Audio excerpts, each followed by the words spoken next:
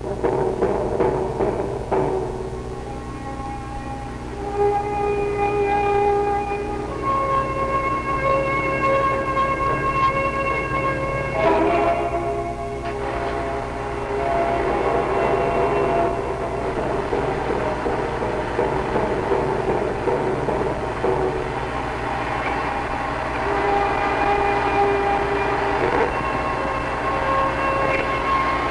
year 1952, the first 10 days of July were clear and hot with a buildup of fire danger, especially in the central part of the state. Gentle rains on the 11th, while heavy in the south and central areas were rather light in the north. A lightning strike that first showed up on the steep spruce-covered east face of Bald Cap Mountain in Success Township on July 17th will prove to be one of the most stubborn and costly fires in New Hampshire history. The east face is very steep with high cliffs and rocky shelves. A thick growth of spruce and fir grew on the duff that had accumulated for centuries. In spite of the hard-working crews risking their lives on the cliffs, the fire kept flanking the lines along places where men could not reach. As the fire burned, slides carried masses of burning trees, duff, and rocks to the bottom and buried the fire that burned for months.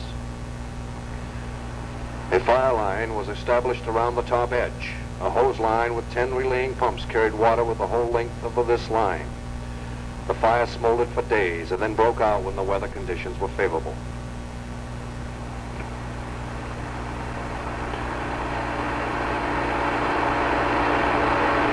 On August 4th, it broke around the south line but was stopped on the upper edge. On August 18th, a reburn flashed over the heads of firefighters and burned across the top of the mountain. Then the men could work on the edge of the fire, and control was effective, although at great effort. Large crews of men recruited throughout the whole northern part of the state cut and dug a wide fire line with hand tools. As bulldoze roads were possible only part way up the mountain, all food and drinking water had to be packed in. A complete network of field telephones covered the area, and there was a limited use of radios. A fire camp was set up with rented and borrowed equipment, providing rough shelter and furnishing plenty of food for men who stayed on this fire. The pump relay alone required 25 to 30 men, including pump operators, telephone men, packers, mechanics, and hose movers. And these men worked long hours, since there were no men to replace them. Soldiers from Camp Dodge in Pinkham Notch and the University of New Hampshire Forestry students from Vassar Conway performed well when the going was tough. The Brown Company moved in whole camp crews with chainsaws. The Franconia Paper Company in Lincoln sent a crew that stayed with the fire for days. Pump men were recruited all over the state. 3 district chiefs and 1 assistant was constantly on hand, along with special deputies working long hours in supervisory jobs. Pumps ran night and day for weeks, and breakdowns were many. Pumps from all over the northern end of the state were sent in to keep the water moving. A Brown Company trailer unit pumped water for a week until it broke down. Much hand equipment and hose were lost, but no one was seriously hurt.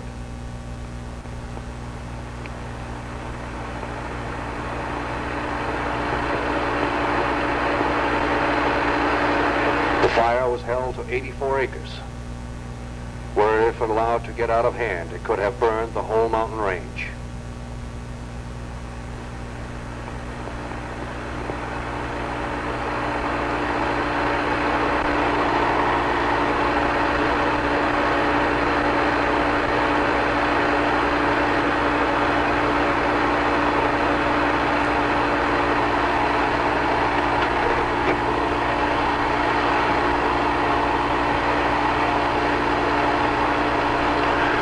This fire showed the need for more power pumps and hose, and for camp equipment to keep the crew constantly on the fire and eliminate expensive travel costs, and for the training of more supervisory personnel to relieve the load on a few.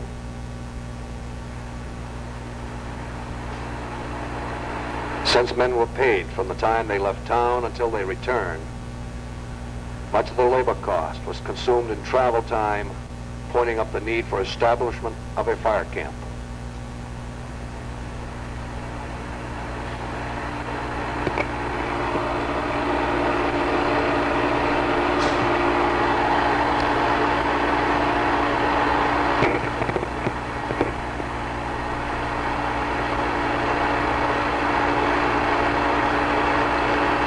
This fire in 1952 had a suppression cost of $37,162.62.